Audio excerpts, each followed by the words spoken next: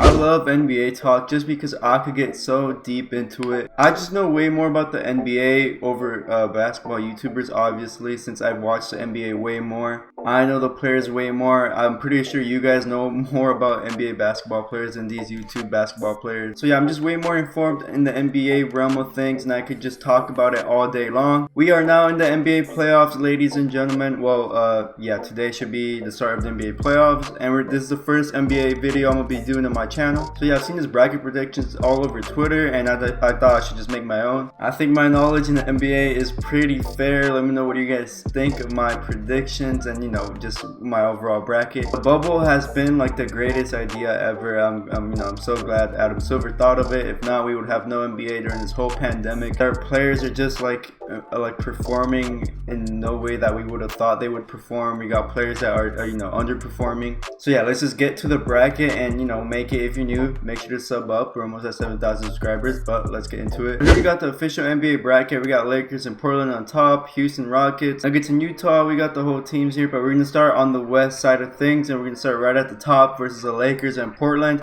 And, you know, as you guys may know, Blazers just clinched the 8th seed in a playoff spot, barely. I still feel like they should have made the play-in for Suns versus Blazers. Now, that would have been like, they both would have been trying their asses off, Booker and Dame, but, you know, they couldn't just make up the rules on the spot like that. But, hey, we're in the bubble, and I feel like, you know, in certain conditions, we could just make up certain rules, like, why not? But I've seen a lot of people overhyping the Blazers. You know, I'm not the biggest Laker fan, but still, I'm being realistic. There's no way the Blazers are going to beat the Lakers. I've seen people putting that they're going to go to a game 7 even, but not even that. You know, Carmelo, even if he does perform as his prime days, which is not, like, I don't see that happening. CJ McCollum, I think his back's been hurt or something, but I feel like he's very injury prone as well. Nurkic, you know, he does get bored sometimes in points, but, you know, I feel like he's very injury prone as well, and not the best defender, even though I think he's been getting blocks in the bubble, but, you know, we'll just wait till playoffs. Now, I don't see anyone guarding LeBron or AD. I still don't know who's going to guard AD. Nurkic, I guess. LeBron who's guarding him. Carmelo. But yeah, I see way too many people overhyping the Blazers. Damian Lillard is one of my favorite players, but still, I got the Lakers in 5. Maybe 4, but I feel like maybe they'll sneak a game out of them. The Blazers got swept by the Pelicans last year with only AD, and I don't know how people think they're going to beat the Lakers now with AD and LeBron, but the momentum they have right now, I feel like they'd sneak a game out. So I'll give the Lakers in 5. Next up, we got the Rockets and the OKC Thunder, 4th and 5th seed. Now, Westbrook is going to be out for at least 1 game. I think just 1 game. I don't know if it's any longer than that. So it'll be a battle between Harden versus Chris Paul. But the OKC also have Shai, which he is also super good, a very young player. And Steven Adams, very solid center. The Rockets do play small ball with PJ Tucker, but they do, you know, that does come in handy in their sort of play style since they love launching threes. Chris Paul in the playoffs, although he's never won a ring, or I don't even think he's made it to the finals even, he's a very good, you know, playoff performer. He just gets hurt a lot. So, you know, having Westbrook back with Harden, that would really help him. Even if he doesn't come back, I think I still see the Rockets beating the OKC. I think the Rockets are just way too experienced to lose to sort of a young OKC with Shai, but Chris Paul, I don't see Chris Paul carrying that load the whole way through those series. I've seen a lot of people put OKC for Rockets. I don't think that's the case. I think I got the Rockets in about, I give them like 6 games. I see them winning 4-2, maybe 4-1, but realistically, maybe, you know, 4-2. Harden's just one of the best players right now, and I don't see him losing in the first round, especially with, you know, that core that they have being so experienced. All right, move my face cam so you guys can see. I do not like my face cam on this side of the screen, but we got the 3rd seed Denver Nuggets versus the 6th seed Utah Jazz. Now, I haven't watched the Nuggets much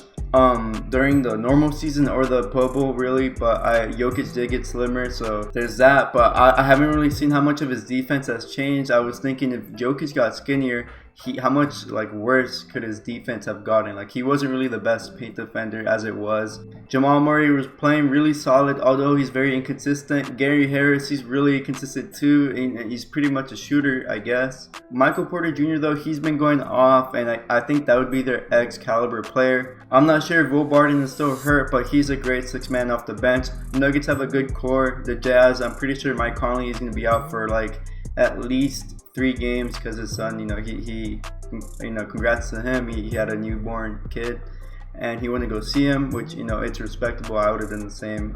So yeah, the Jazz, they're not really left with all that much. You got Donovan Mitchell and Gobert. Gobert really is gonna, kind of dominate the paint presence with Jokic. I still have the Nuggets coming, getting this one out. And I got the Nuggets in 6 in this one. I do see, the Jazz taking 2 games away from them. Donovan Mitchell and Gobert, they're going to do some serious work and steal 2 games. Next up, we got the 2nd seed Clippers and the 7th seed Mavericks. Now, I really was hoping for Doncic. I really hope Doncic is going to just like ball out in the playoffs. But I don't see them winning against the Clippers. Doncic, we got the only really good players on the Mavericks are Doncic and Porzingis. Porzingis has been kind of inconsistent. They got Marjanovic. He's 7'3", but he's not very good. Seth Curry, he was balling out in the normal season, but during the playoffs, during the bubble, he hasn't been shooting that well. The Clippers, we know they got Paul George, Kawhi, Montrez, Cash Nasty, Patrick Beverly, and as much as I would have liked Doncic to like ball out during the playoffs, I don't see them beating the Clippers, and I think this would end in 6. Maybe if Doncic balls out, this could go to 7, but I don't see them. I don't see the Clippers. The Clippers are just too experienced to lose to a first rounder. New rookie, new type of player, Doncic, and a new playoff performer, Porzingis. So I really see them just beating them in 6, 4-2. Now we got the Bucks versus the Magic. We know who the Bucks got. They got Giannis, Middleton, Brook Lopez, Bledsoe. I'm not sure if Bledsoe is healthy right now, but this should be easy. I got the Bucks in 4. 4-0 sweep. Magic, they got Aaron Gordon, DJ Augustine, Mo Bamba. I don't know how they made it into the playoffs, but I see Bucks sweeping that one easily. So we got Magic versus Pacers. I think this one would be kind of close. TJ Warren, he's been balling out, but I do expect them in the playoffs to kind of die down, especially against Jimmy Butler. He's a great defender, and we know they got that beef. TJ Warren also, underperformed when he played against Jimmy Butler a couple, nights ago. I think the Heat are kind of underrated. They do have a lot of talent in their team, but, I don't think they're going to, all kind of just figure it out in this playoff run. I'm going to have to go with the Heat on this one. They do got Jimmy Buckets. They got, the new kid?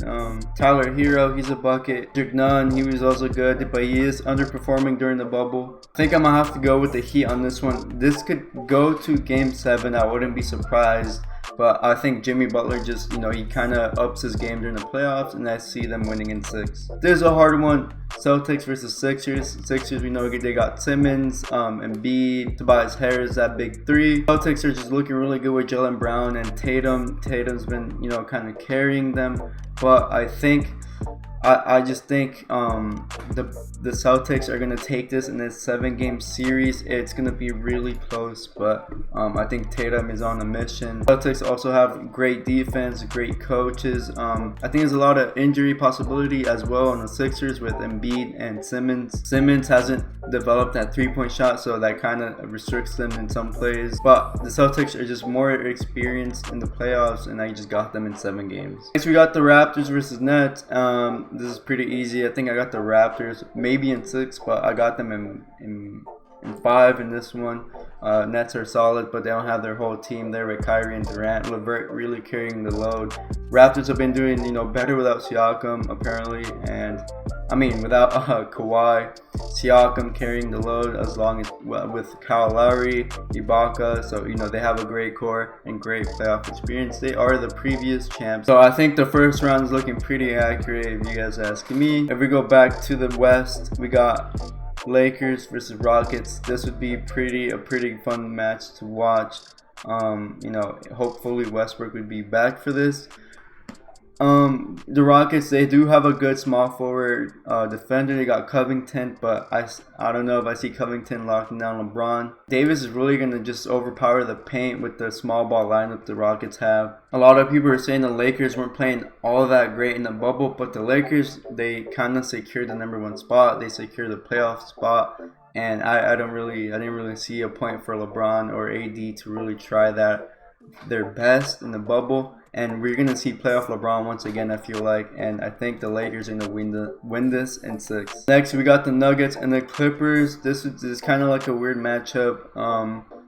I got the Clippers over the Nuggets. Clippers is just way more, I think they're better built for this. I think the Nuggets they still need a little bit more experience in the playoffs, especially their ex-player Michael Porter Jr. He's the one that is really gonna shift their chances in this. Also their guards, if their guards do good, Jamal Murray and Gary Harris, Jokic is, he's a certain, Jokic is for sure going to do good. So it's up to the guards and Michael Porter Jr. But that's just too many variables for all of them to do good. So I got the Clippers. In 5. They're winning 4-1. Next, we got the Bucks and the Heat. This would be an interesting matchup. I think this game would be kind of close. The Bucks really turned it up in the playoffs, and I think this new Heat team just needs a little bit more.